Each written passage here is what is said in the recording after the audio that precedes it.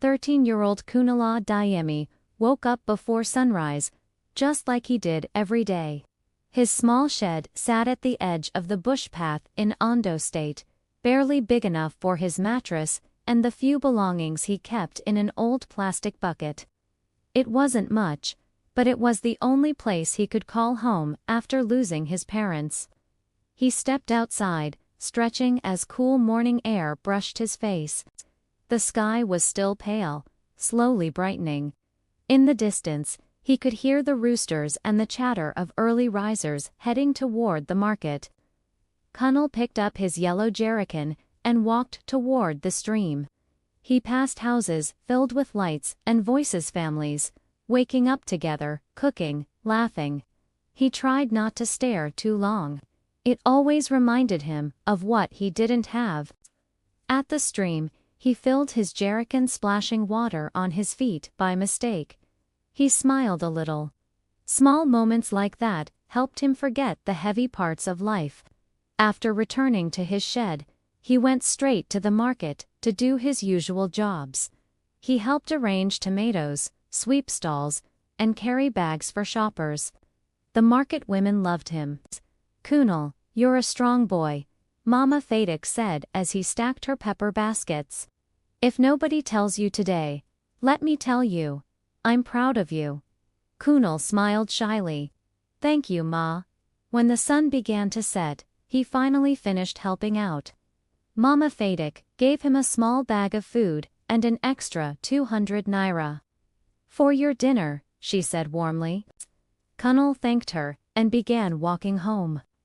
The sky, however, looked strange. The clouds piled up too fast, gathering darkness like they were swallowing the light.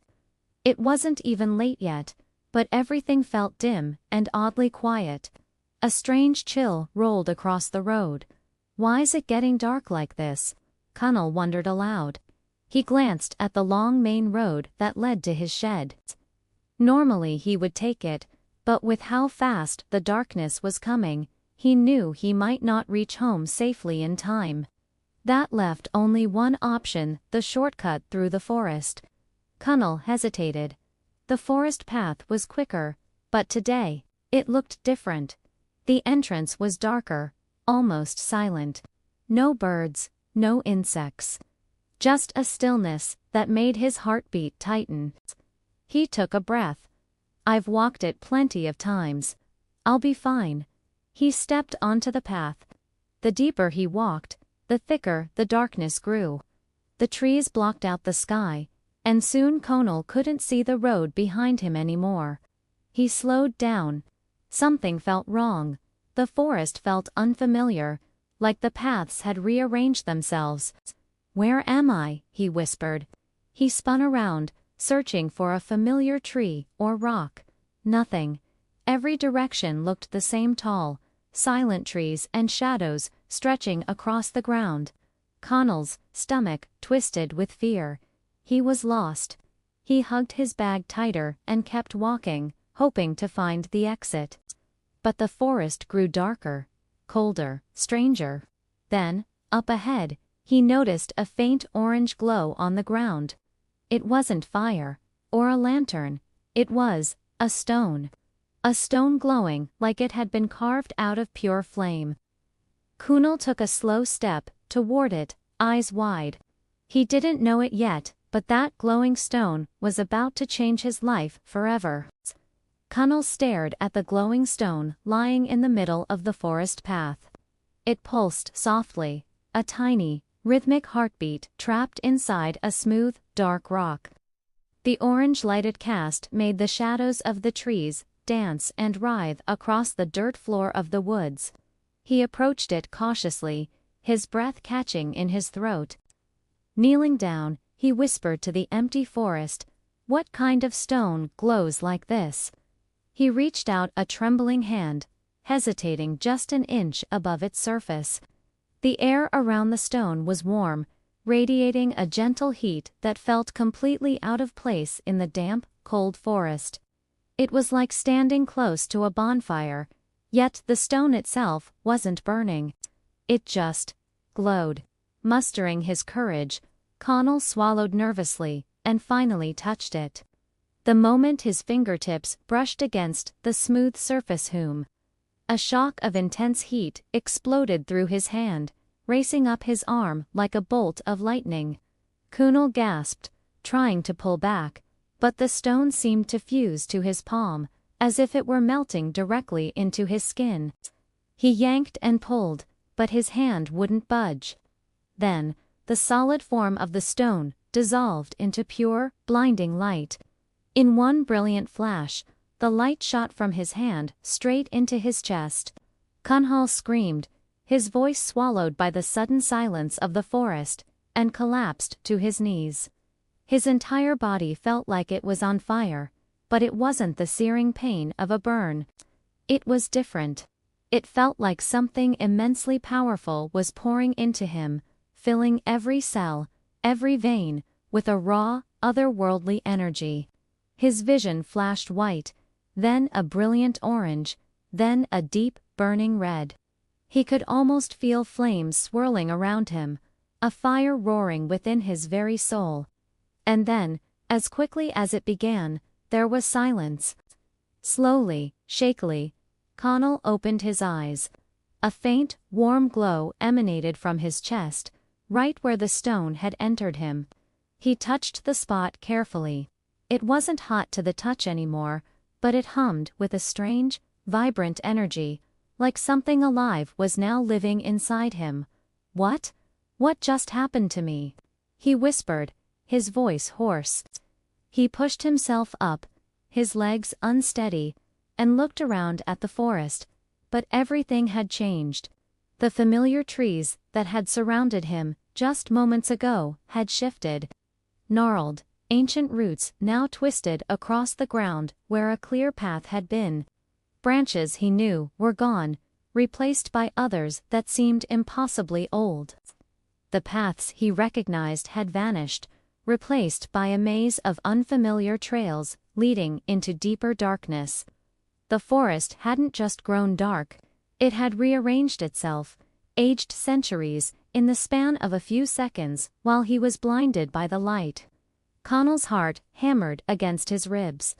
"It wasn't like this before," he muttered, his eyes wide with a mix of fear and disbelief. He tried to retrace his steps, to find the way he came, but every direction looked wrong, alien. The forest no longer felt like a simple collection of trees. It felt alive, sentient, watching him with 1,000 unseen eyes, waiting for his next move.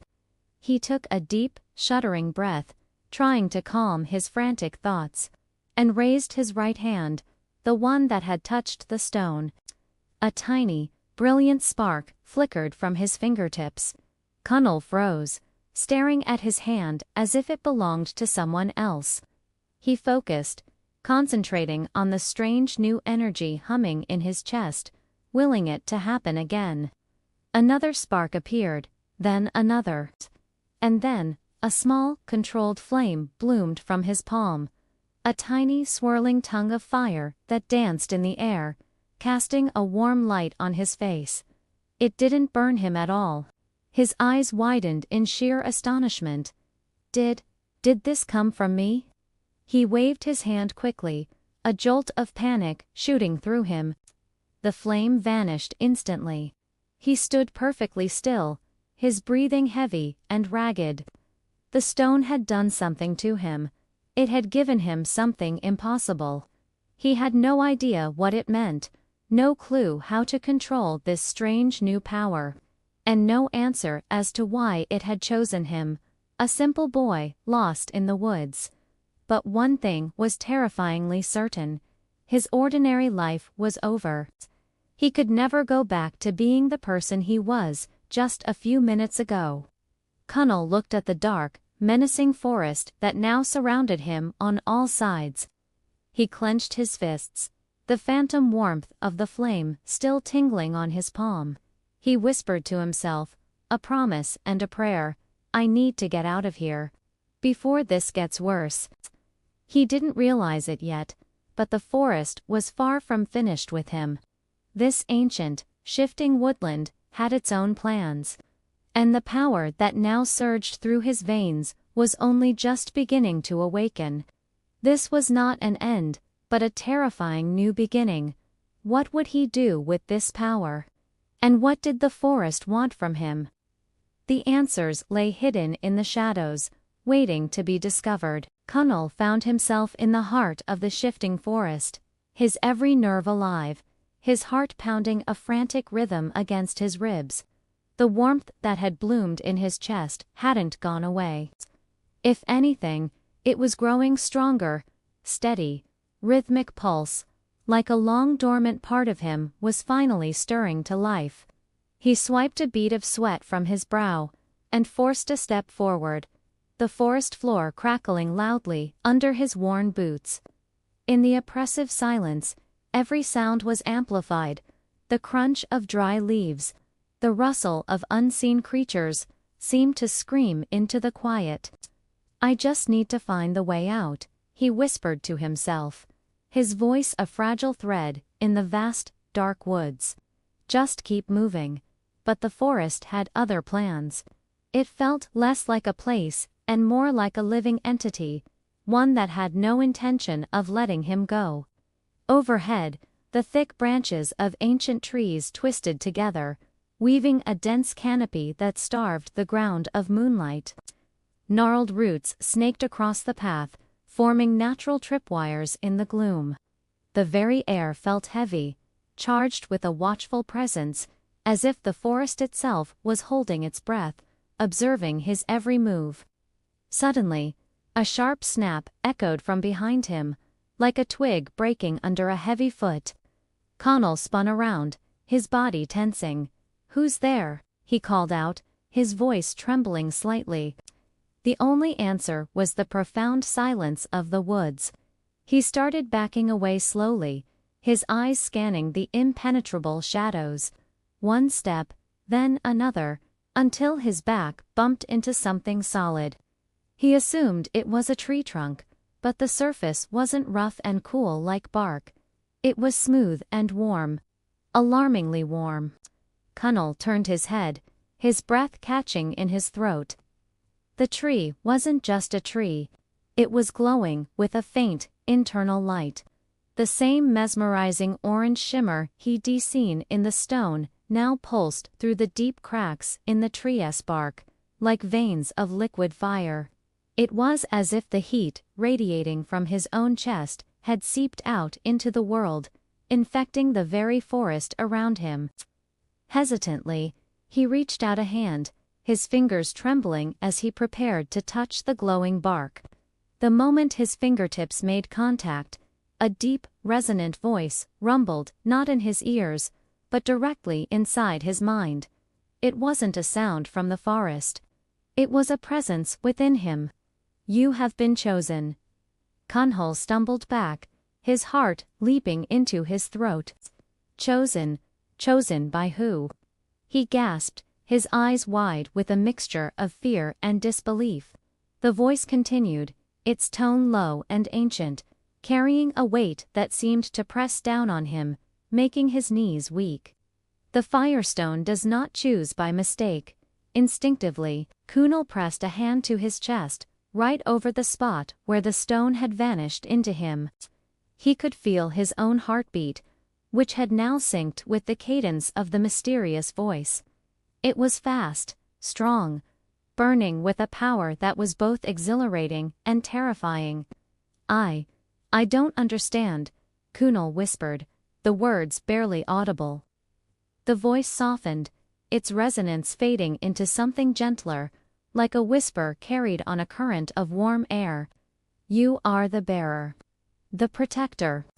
The one who commands the flame." And just as suddenly as it had come, the voice faded, leaving Kunnal alone once more in the now silent forest. He stared down at his hands. They were shaking uncontrollably, and a faint, ethereal glow was emanating from his fingertips. He took a deep breath, trying to calm the storm raging inside him, but the warmth in his chest only intensified, spreading through his limbs like a wildfire. Without a conscious thought, he lifted his hand, palm up. A single, brilliant spark materialized in the air just above it. Then another, and then, with a sudden, soft whoosh of flame, erupted from the center of his palm. It wasn't a static fire. It was a swirling vortex of energy, a miniature tornado of living flame. Connell yelped and jerked back, expecting a searing pain, but the fire didn't burn him. It licked and danced across his skin, warm and weightless, its movements mirroring his own as if it were an extension of his will. He stared, utterly stunned. I'm doing this, he breathed, a sense of awe washing over him. This is actually coming from me. He slowly curled his fingers into a fist, and the flame vanished as instantly as it had appeared, leaving no trace. This wasn't a dream. This wasn't a hallucination. He had power. Real, tangible power. But the relief was short-lived. His gaze drifted back to the darkened woods, to the strange orange cracks that now glowed on dozens of trees, pulsing in a slow, silent rhythm. A chilling realization dawned on him. The forest was reacting to him. It was responding to the firestone, now living inside him, to this incredible power he was only just beginning to comprehend. He swallowed hard, the lump of fear in his throat refusing to go down. With his hand now glowing faintly, casting a small circle of light on the path ahead, he began to walk again. Whatever had chosen him, whatever this ancient power was that now resided within his very soul, it had only just started to reveal its true nature.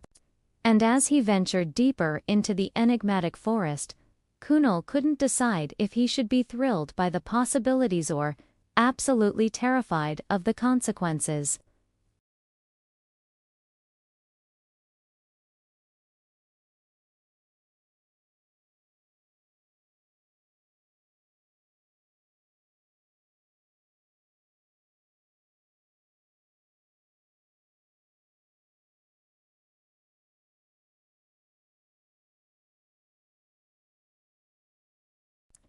Every rustle of leaves made his heart jump. Kunal tried to stay calm, to control the tremor in his hands, but his body shook with every hesitant step. There was a warmth building in his chest, a small ember of courage, yet the bone-deep fear lurking in the suffocating silence was far stronger.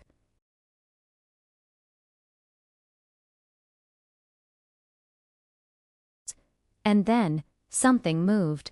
Connell froze, his breath catching in his throat. The bushes directly ahead shook, leaves fluttering in the still air. "Hello," he whispered, his voice barely a sound. There was no answer, just the soft, slow, rhythmic sound of something breathing. It was a heavy sound, wet and deliberate. Connell took a cautious step back, his instincts screaming at him. Then, the breathing grew louder, closer. He raised his glowing hand, the orange light intensifying, casting long, dancing shadows as he illuminated the bush.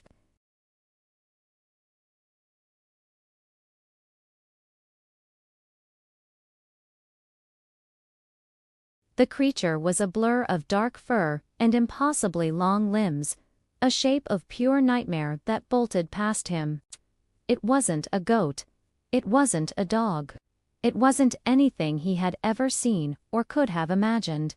With a low guttural growl that vibrated through the ground, it vanished between the ancient trees. Connell's heart hammered against his ribs, a frantic drum in the sudden quiet. What was that? He pushed himself up, his hands trembling so violently that sparks of orange light flickered from his fingertips, by accident. He clenched his fists, trying to regain control. He had to keep moving. He continued on, but his pace was slower now, far more careful. Every few steps, he would glance over his shoulder, his eyes straining to see into the oppressive darkness that seemed to swallow his light. Then a sharp snap of a branch to his right. He flinched. Another snap, this time directly behind him. The air grew colder. a sudden drop in temperature that pricked his skin. Someone or something was following him. Connell quickened his pace, his walk turning into a brisk jog. The footsteps behind him quickened too, matching his rhythm perfectly.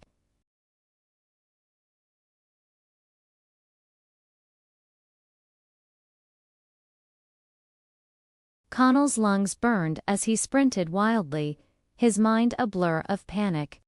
He dodged gnarled roots reaching out like skeletal hands, and ducked under low-hanging branches that clawed at his face.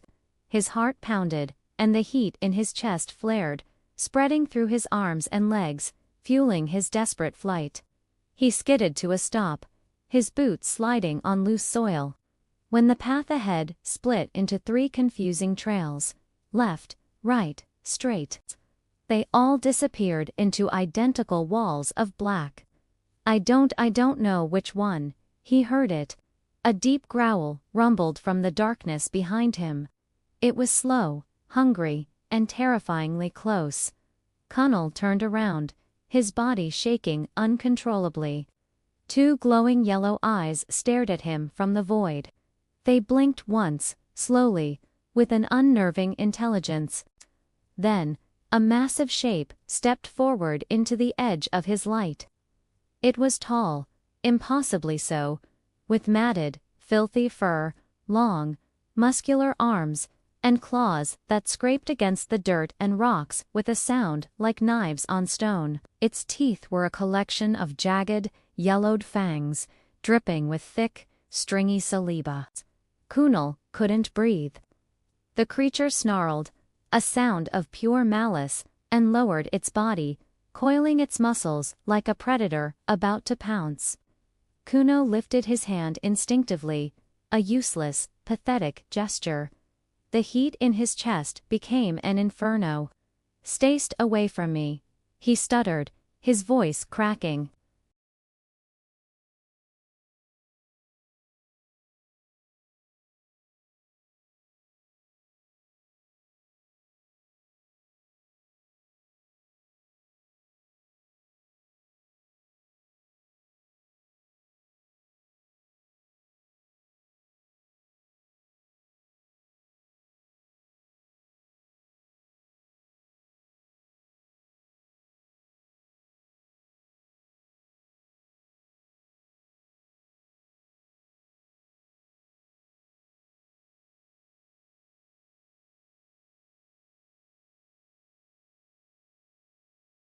"I did that," he whispered, his voice shaking.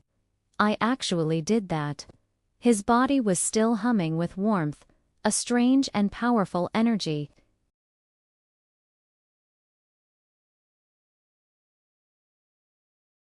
The fire inside him felt protective, like it had responded to the danger on its own, without him even thinking. He looked around at the now lit forest, his breathing heavy and ragged. He wasn't safe. He wasn't out of the woods, not by a long shot. And the chilling thought entered his mind that something worse might be waiting for him deeper ahead. But now, he had fire, and he was learning how to use it. Connell wiped the sweat from his forehead with his non-glowing hand. He took a deep, steadying breath, and with a newfound resolve, he stepped onto the middle path. He whispered to the empty forest, a prayer to whatever might be listening, "Just let me make it out of here alive."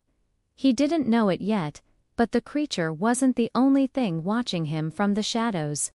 Something else, something far older, and infinitely more powerful, had just sensed the violent, explosive awakening of the Firestone, and it was coming.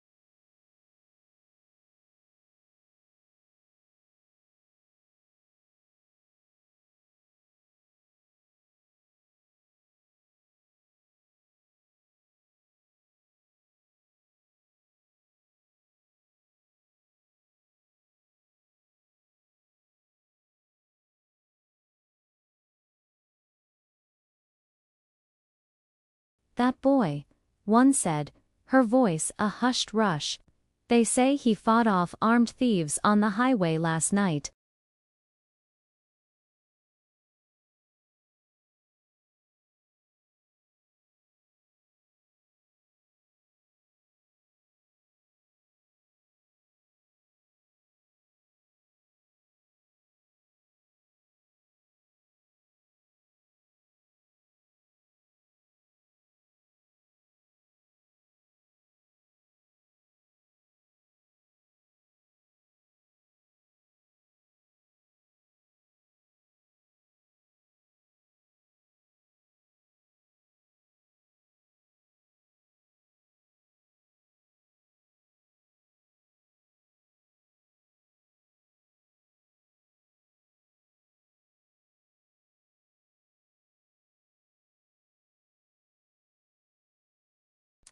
He spun around to see Baba Dawudu, the old hunter who lived on the outskirts of the village.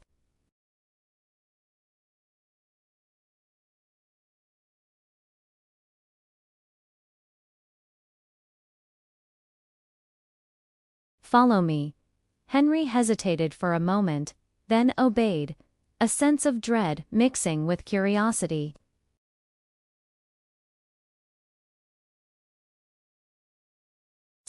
His voice dropped even lower. I know what you can do. Henry flinched as if struck. I don't know what you're talking about, sir.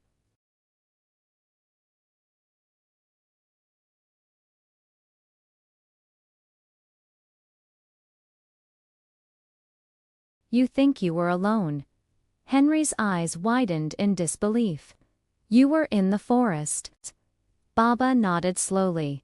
I saw you touch the stone. I saw its power enter you. And I know what it means. A terrified whisper escaped Henry's lips. Please, don't tell anyone.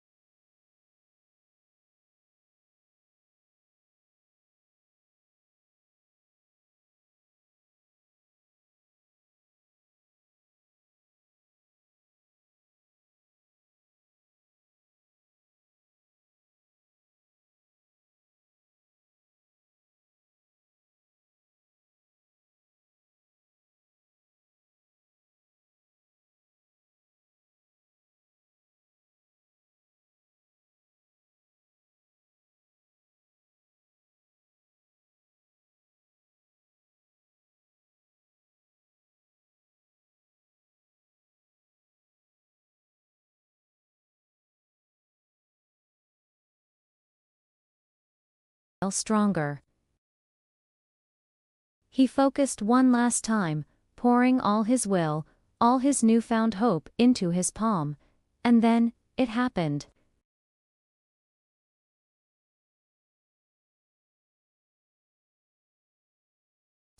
Baba's eyes widened slightly in amazement. Good, Very good. A wide grin spread across Henry's face. He'd done it. But the moment of triumph was shattered by the rustle of nearby bushes. Both of them turned sharply, senses on high alert. 3 figures stepped out of the dense foliage. They were armed with rifles. Henry's heart froze. They wore black scarves covering their faces. Boko Haram scouts. The leader's eyes fixed on the glowing flame in Henry's hand. A cruel smirk spread across his face. "Ina Ganon Ka," he said, his voice laced with menace. "We've been looking for the Fireboy."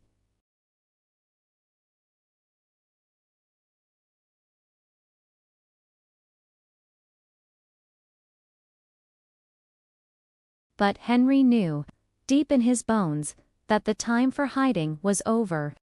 He couldn't run from this. Slowly, deliberately, he stepped forward, moving past Baba. The flame in his palm blazed brighter, hotter, mirroring the resolve hardening in his heart. He locked eyes with the leader. "Tell your leaders," Henry said, his voice quiet but ringing with unshakable power. "I'm coming for them." The men raised their guns, and Henry unleashed a torrential blast of fire that lit up the entire forest. The forest exploded in a flash of light. Henry's flame, a blazing comet of pure energy, shot forward and slammed into the ground right in front of the Boko Haram scouts. The blast was immense, sending the men stumbling backward, their guns flying from their hands. Birds scattered into the sky, and the very trees shook from the shockwave. For a heartbeat, everything was silent. Then, one of the men let out a terrified shout. "Kagooj, retreat, retreat." All 3 turned and sprinted into the trees, panicked, stumbling over roots as they fled for their lives. Henry's chest heaved, his hands still glowing with molten orange fire.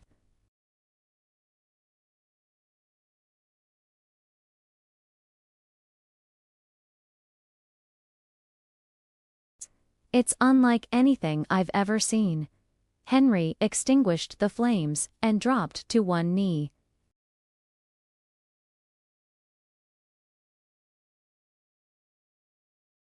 "What? What if I hurt someone?" he muttered, his voice shaking. "What if I burn down the whole forest, or destroy a house?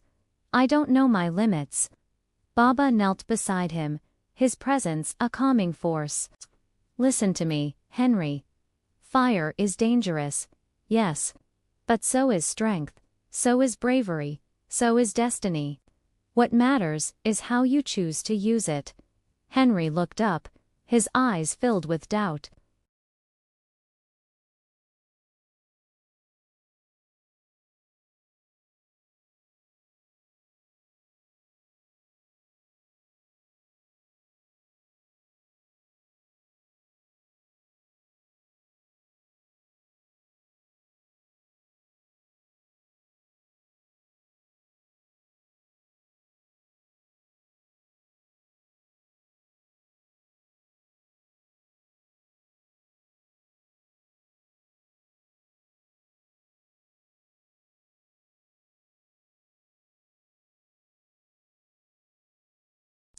There were hunting tools, a small shrine made of smooth stones, and a pot of smoldering charcoal. "This place is secret," Baba said, his voice low. "Only I come here. And now, you." Henry stepped inside, absorbing the atmosphere of the humble sanctuary. "Why did the men come after us?" he asked, the fear in his voice replaced by a growing concern. "Because," Baba replied, his expression grave. "Word travels fast. Too fast. Someone in the village must have told them about the boy with fire." Henry's hands clenched into tight fists. "So I'm putting everyone in danger." "Not if you prepare," Baba said, his tone resolute. "Not if you become strong enough to protect them." A new fire ignited in Henry's heart. "Teach me more." And Baba did.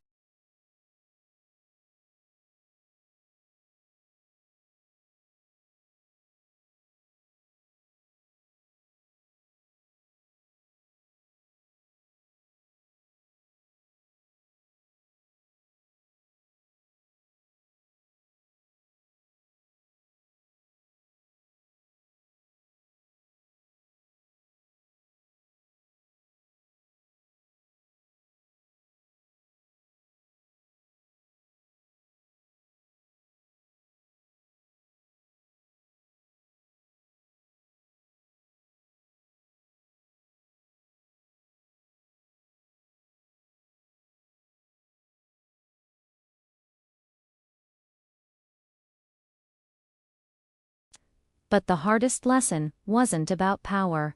It was about control. His abilities were directly tied to his emotions. When he felt angry, the flames surged wildly, lashing out like enraged beasts. When he was afraid, they flickered and sputtered, threatening to die out completely. But when he was focused, calm, and balanced, they obeyed his every command with perfect precision. It was a dance of discipline, a battle for inner peace. By sunset, Henry collapsed onto the ground, exhausted but filled with a profound sense of accomplishment. "I didn't know I could do all this," he said, a weary smile on his face. Baba nodded, a look of pride in his eyes. "Your journey has only begun." Before Henry could reply, a sound ripped through the tranquil forest. Boom! A distant explosion, followed by another. Henry and Baba froze, their heads snapping up. Smoke, dark and ominous, began to rise above the treetops on the far side of the forest, right in the direction of their village. Henry's blood turned to ice. Baba sucked in a sharp breath, his voice a horrified whisper. "Allah, Yake. That's the village. Boko Haram has attacked." In an instant, Henry was on his feet. "We have to go. Now." Baba grabbed his arm, his grip firm. "No, Henry. This is dangerous. These are trained fighters with guns. I don't care," Henry yelled, his voice raw with desperation. Fire burst to life around his fists, mirroring the storm in his soul. "Those are my people. I may not have parents, but that village raised me. I'm not letting anyone die." Baba looked deep into Henry's eyes, seeing not a boy, but a protector. He saw the fire, both within and without. Slowly, he nodded. "Then go, boy of fire. Go and protect your home." Henry didn't need to be told twice. He sprinted into the forest, a blur of motion. Flames trailed behind him, lighting up the darkening path ahead. He was a beacon in the twilight, a promise of retribution. He didn't know if he was ready. He didn't know if his newfound control would hold under the pressure of a real battle. But he knew one thing with absolute certainty. He would not let evil win. Not tonight. Henry, a 13-year-old boy from a small Nigerian village, felt his heart hammering against his ribs. He sprinted out from the dense green forest, the familiar warmth of flames glowing faintly around his hands, a secret he had guarded for so long.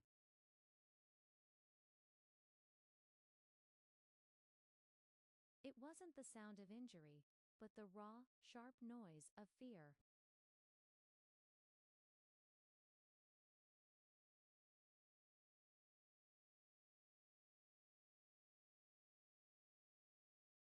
Children were crying, their small voices piercing the air, while adults tried to soothe them, their own faces tight with worry. Henry's warm brown eyes scanned the entire scene, taking it all in. The market stalls, the familiar huts, the faces of his neighbors. This was his home. A fierce wave of protectiveness washed over him. "I have to protect it." It was a thought that felt as natural as breathing. Just then, a woman, clutching a toddler to her hip, spotted him. Her eyes were wide with panic. "Henry," she called out, her voice trembling. "Some men came to the village. Strangers. They scared everyone into the square. They're shouting, searching for someone." Henry's stomach tightened. He didn't need to ask who they were searching for. He already knew. The whispers about a boy with fire had finally traveled too far. "Stay safe," he told her, his voice steady, despite the adrenaline coursing through him. "I'll handle this." With that promise, he took off, his feet barely touching the dusty ground as he ran toward the village square. When he arrived, the scene was exactly as the woman described, maybe even worse. A group of rough-looking men stood in the center, their postures aggressive, and their voices loud as they tried to intimidate the huddled villagers into submission. Off to the side, a group of boys, all around Henry's age, sat with their hands tied behind their backs. They weren't hurt, but their faces were pale with fright and confusion. A tall man, who carried himself like the leader, lifted his chin, his voice booming across the square. "We know the boy with fire is here. Come out." He scanned the crowd, a cruel smirk playing on his lips. Without a moment's hesitation, Henry stepped forward. He walked out from behind the corner of a hut and into the open, his hands held out to his sides. Soft, gentle flames began to glow from his palms, not as a weapon, but as a declaration. "This is me. I am the one you want." "I'm here," Henry said, his voice ringing with a confidence he didn't entirely feel, but knew he had to show. The leader stared, his arrogant expression faltering into genuine shock. So the stories were real. He muttered, more to himself than to anyone else. Henry took another deliberate step forward, closing the distance between them. The heat from his hands grew slightly, a silent warning. "You don't belong here," Henry stated, his gaze unwavering. "Leave the village."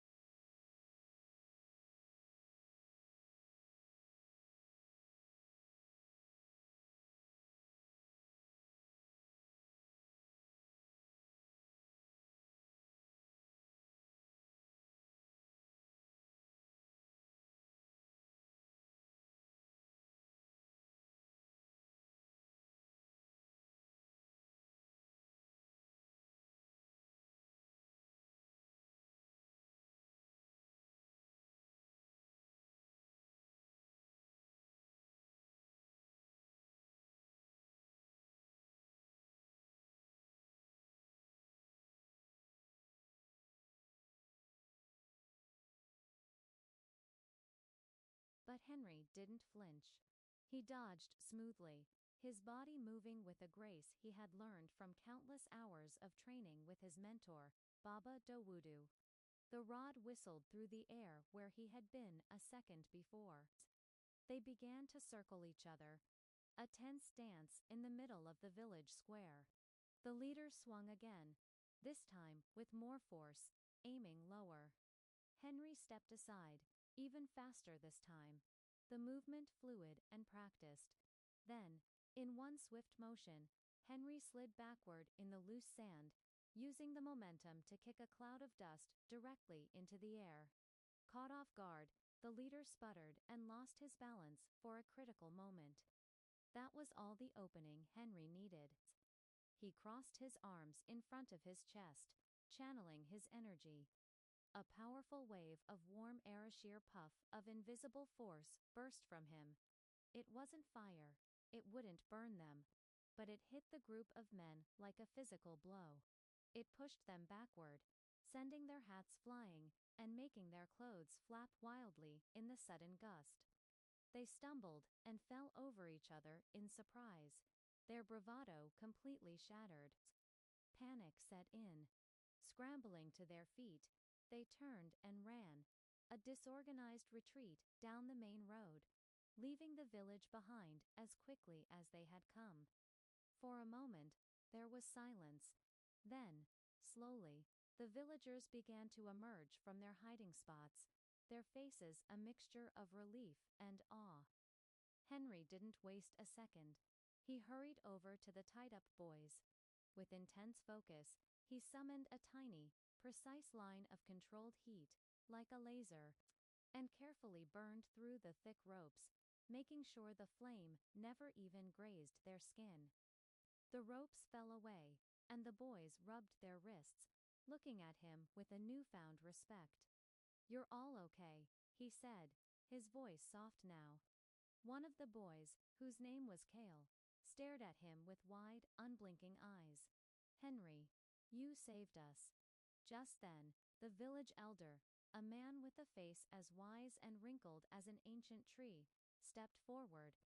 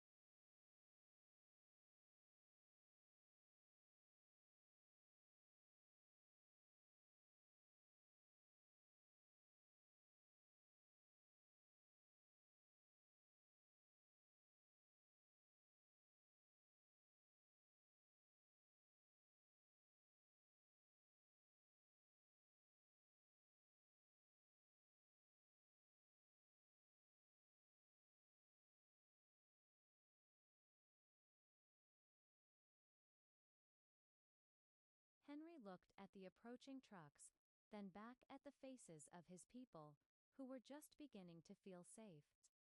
His fear was gone, replaced by a solid, unshakable resolve. His fists clenched, and the flames around them glowed brighter than ever before, dancing with fierce energy. Then I'll protect everyone again, he said, his voice low and determined. His deep brown skin reflected the brilliant orange light of the flames that wreathed his fingers. His short black twists seemed to wave in the heat rising from his body. His eyes, once warm, now burned with the fire of a warrior. Henry, the boy of fire, the guardian of the village, took a step forward. He was ready for whatever came next. Henry stood in the middle of the village road, flames swirling around his hands like living snakes. Behind him, villagers huddled together, injured boys leaning on each other for support as smoke drifted lazily into the sky. But ahead of him, the real threat was coming. 2 Boko Haram trucks tore across the dirt road, their engines growling like beasts, kicking up a storm of dust. Each truck was loaded with fighters, rifles raised, ready to finish the terrible work the first group had started. Henry's heart hammered against his ribs, a frantic drumbeat of fear. But it couldn't stop him. He planted his feet firmly in the sand, his resolve hardening like steel. I will protect them, no matter what. Just then, Baba Dawudu appeared at his side, breathing hard from the run. Henry, listen to me, he gasped, his voice urgent. You cannot fight them all at once. You need a strategy. Henry's eyes stayed locked on the approaching trucks. I'm not running, he said, his voice low and steady. I didn't say run, Baba replied, his wisdom cutting through the noise. I said think. Use your strength wisely. Don't let your power control you. You control it. Henry closed his eyes for just a moment. He reached inward, feeling the familiar, intense heat building beneath his skin. He felt the flames waiting, dancing at his command. Obedient, powerful. He took a deep breath. Okay, think. He opened his eyes, a plan forming in a split second. And then he sprinted forward, a blur of motion against the dusty backdrop. The first truck opened fire, bullets screaming wildly across the road. But Henry was ready. He slid on his knees, a torrent of flames bursting from his palms, melting the bullets in midair before they could reach him. It was a shield of pure fire. Then, with a powerful roar, he threw his hands upward. A massive pillar of fire shot straight into the sky, a blinding beacon of defiance. The sudden, intense light stunned the fighters. The driver panicked, shouting, Nagani, I can't see. I can't see. He wrenched the wheel, and the truck swerved sharply. Henry leaped to the side just as it barreled past, smashing into a stack of wooden crates with a sickening crunch. Fighters tumbled out, dazed and disoriented. Before they could even think to regain their balance, Henry acted. A wave of fire rolled across the sand like a burning tide, a shockwave of pure force and heat. It swept under the truck, knocking the militants off their feet without burning them alive.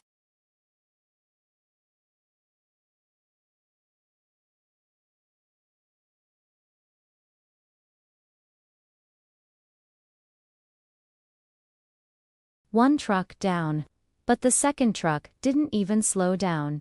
It accelerated, its engine screaming as it sped straight toward Henry. Someone inside shouted, "Run him over!" The villagers screamed in terror, their cries echoing in the air. But Henry didn't move. He stood his ground, a lone figure against the charging behemoth. Instead, he stretched his hands out to his sides, palms open. The heat inside him surged, growing hotter, brighter, and stronger than ever before. The very air around him began to ripple and shimmer with power. Baba Dudu's eyes widened in disbelief. "Oh, ancestors," he whispered, witnessing something beyond belief. Then, Henry slammed both palms forward. A blast of fire, so immense, so powerful, erupted from his hands. It looked like a dragon of pure energy, exploding into existence. The fiery projectile struck the truck dead center. The impact was cataclysmic. The entire vehicle lifted off the ground as if it were a toy, flipped twice in the air, and crashed upside down with a deafening thud. Flames began to lick at the twisted metal, but Henry pulled his hands back, instantly extinguishing the fire. He didn't want to kill. His purpose was only to protect. An eerie silence fell over the village, broken only by the crackling of the wreck. Smoke rose slowly from the ruined truck, a dark plume against the afternoon sky. Henry stood there, breathing heavily, the last of the flames fading from his skin, leaving him just a boy again. But not for long. The villagers, who had been frozen in fear, now surged forward. "Henry saved us again," one person cried out. "Did you see that? He lifted the whole truck with fire," another exclaimed. "He's not ordinary, he's a blessing from the ancestors." Children, no longer afraid, tugged on his shirt, their eyes wide with wonder. Women murmured prayers over him, their hands gesturing in thanks.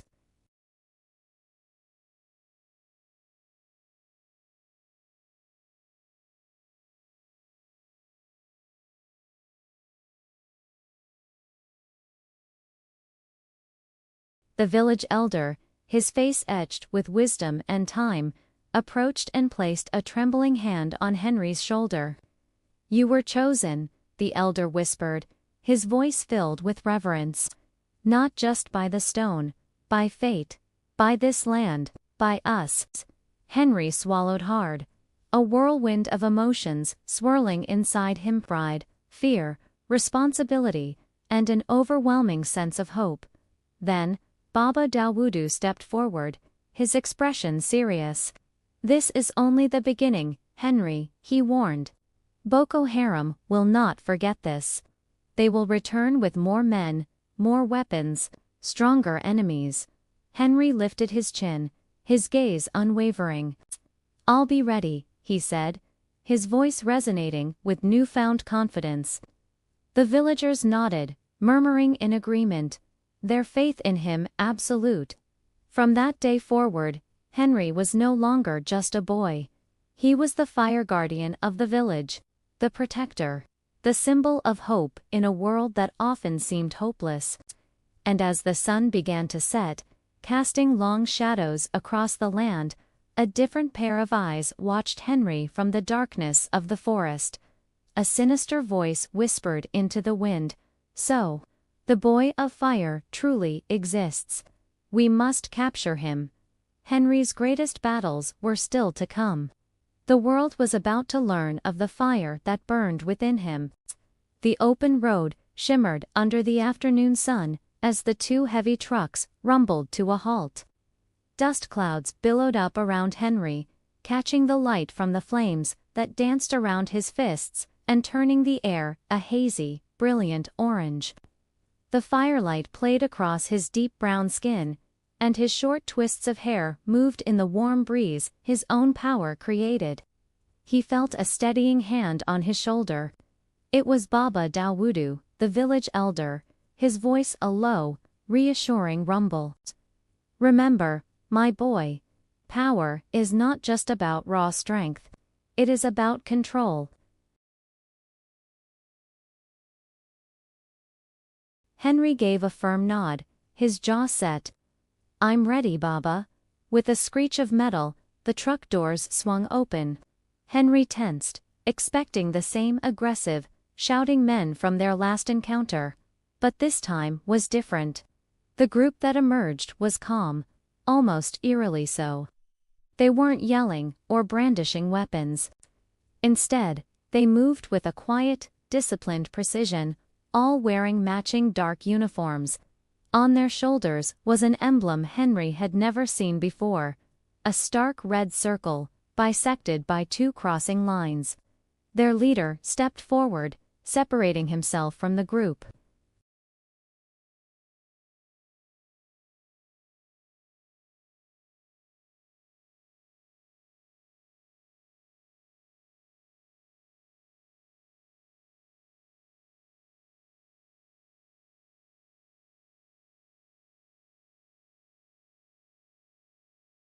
He studied Henry for a long, silent moment, his head tilted slightly.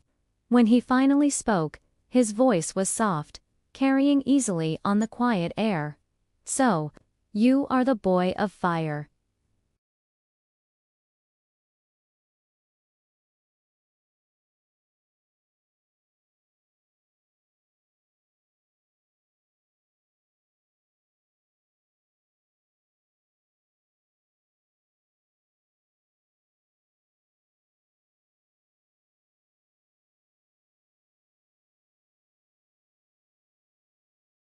Baba Dudu's hand tightened on Henry's shoulder, his brow furrowing with suspicion. "What do you want from the boy?" he demanded, his voice sharp. Director Kazim didn't even glance at the elder. His focus remained entirely on Henry. He folded his hands neatly behind his back. "We detected a massive surge of energy in this region last night. An energy that felt ancient, incredibly powerful. It's the kind of signature that simply does not appear on our systems, unless something truly extraordinary has happened." Henry's chest tightened, a cold knot forming in his stomach.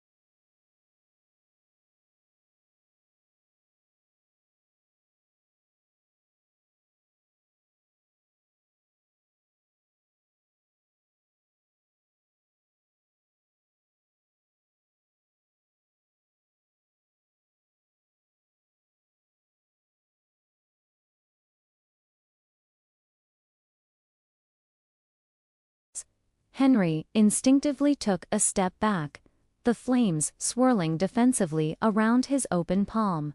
He felt like an insect under a microscope.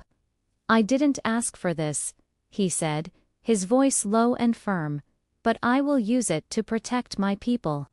Don't mistake my confusion for weakness. Director Kazim nodded slowly, a thoughtful expression on his face, as if Henry's defiance was exactly what he had anticipated. We have no intention of harming you, Henry, he said, his tone still remarkably calm. In fact, we want your help. Henry blinked, the flames around his hand wavering for a moment in his surprise. My help, with what? You're the ones who showed up here, in armored trucks. Kazim's gaze shifted, moving past Henry and the villagers, toward the deep, dark line of the forest that bordered the village. Something else woke up the same night you did. Something that is not human. Something dangerous. Henry exchanged a bewildered glance with Baba Wudu. The elder's face was a mask of confusion and concern. What do you mean? Henry asked, turning back to the director.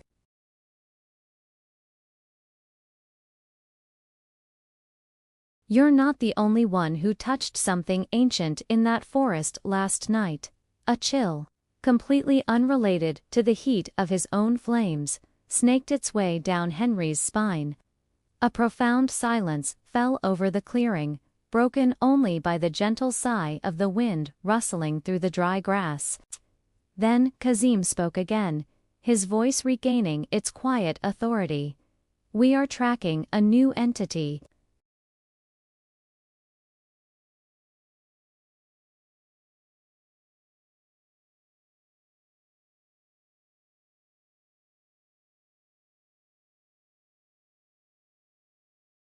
Henry's flames flickered violently, reacting to the turmoil inside him. Kazim finally met his eyes directly, and for the first time, Henry thought he saw a flicker of genuine urgency behind the man's round glasses. Yes, a boy, much like you. But he seems to have been consumed by the darkness of his newfound power. Henry took another involuntary step back, the knot in his stomach tightening into a painful cramp. The world suddenly felt much larger and much more frightening. So, there's another one? He asked, his voice barely audible. A dangerous one, Kazim confirmed, his tone leaving no room for doubt. His power signature is chaotic, unstable, and growing at an alarming rate. And we need you, Henry, to help us stop him before his powers grow beyond anyone's ability to contain. Henry's gaze swept over the faces of the villagers huddled behind him. He saw fear, but also hope. He saw his home, his people, his friends and family. He saw his responsibility. The weight of it settled on his shoulders, heavy but solid. He turned his attention back to the enigmatic director, his decision crystallizing. He lifted his chin, the fire around his hands solidifying into a steady, determined blaze. Where is he now? Director Kazim slowly turned, his long coat sweeping around him as he faced the forest once more. He raised a hand, pointing toward the dense, shadowed tree line.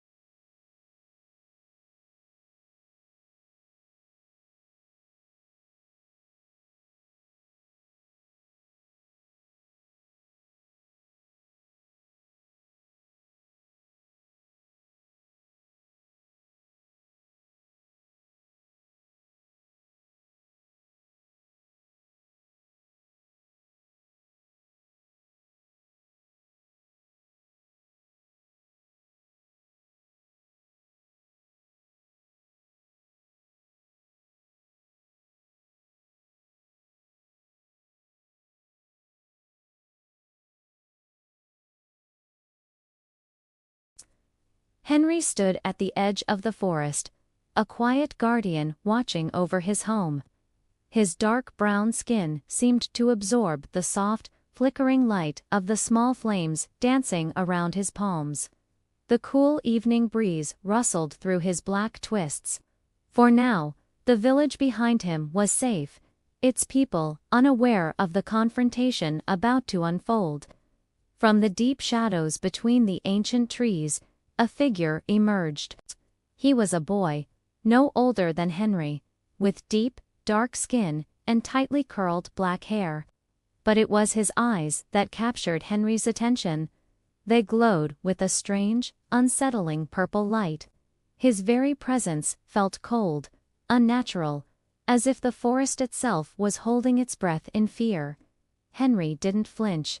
He raised his hands, the flames swirling with greater intensity, casting long, dancing shadows on the ground. "So you're the one."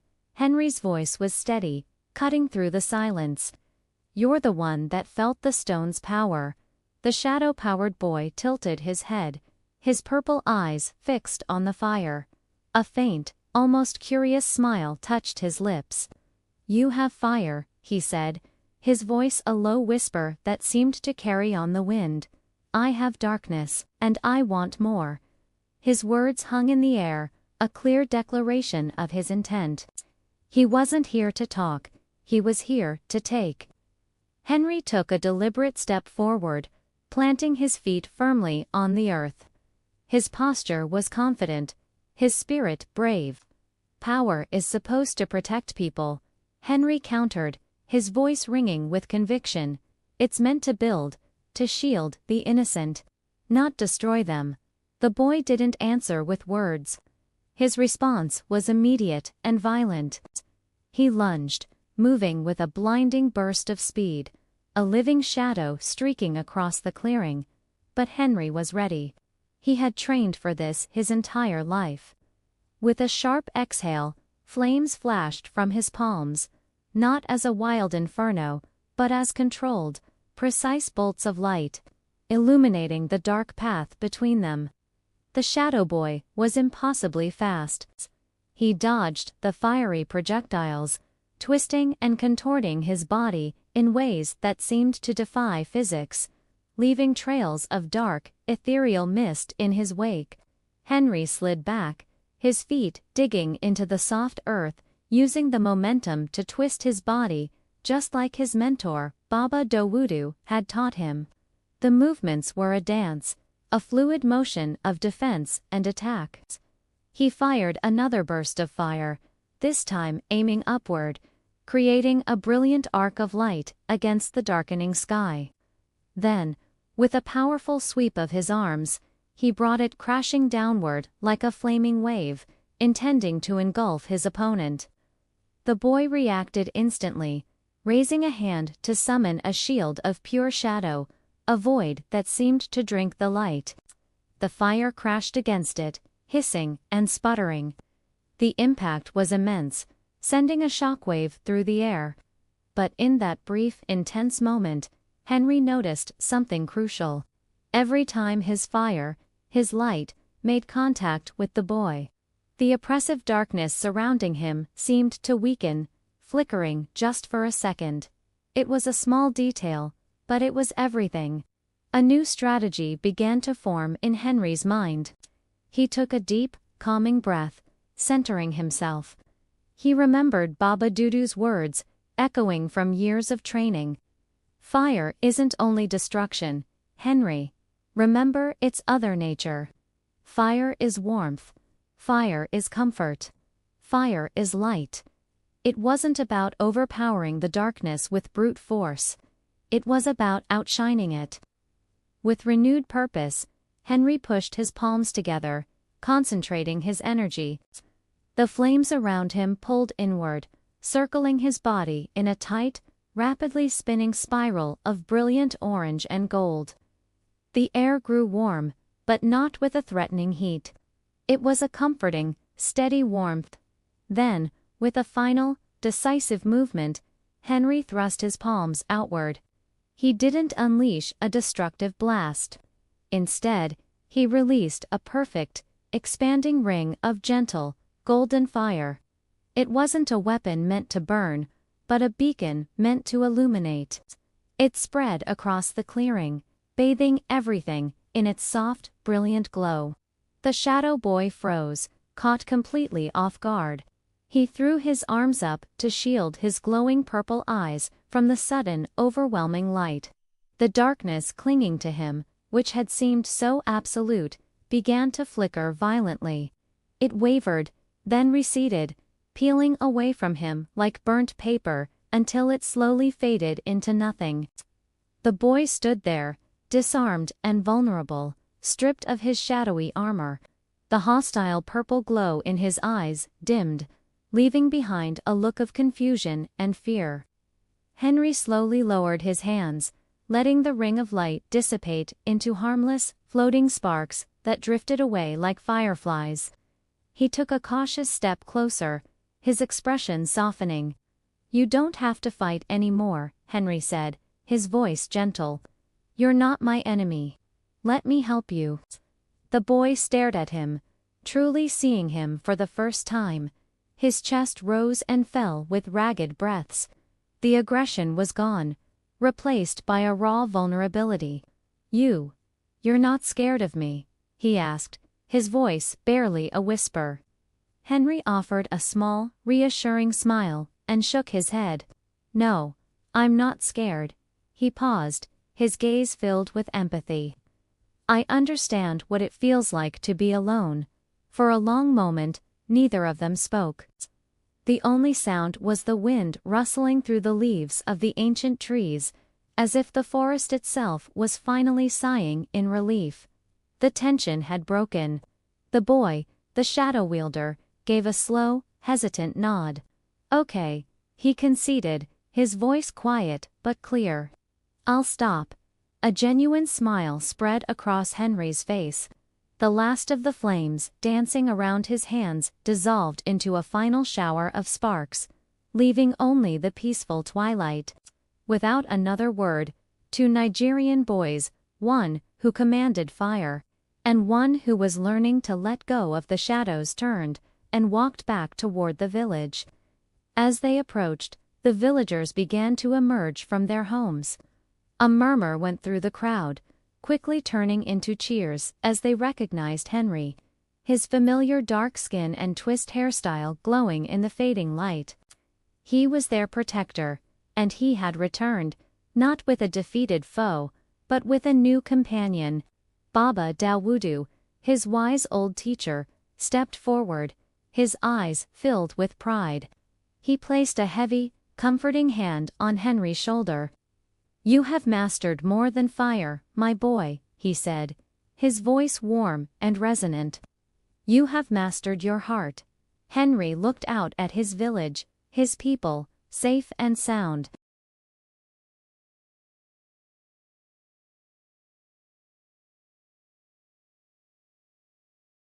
This wasn't an end. It was a new chapter. "This is only the beginning," Henry whispered to himself, a promise of a brighter future for them all. Thanks for watching.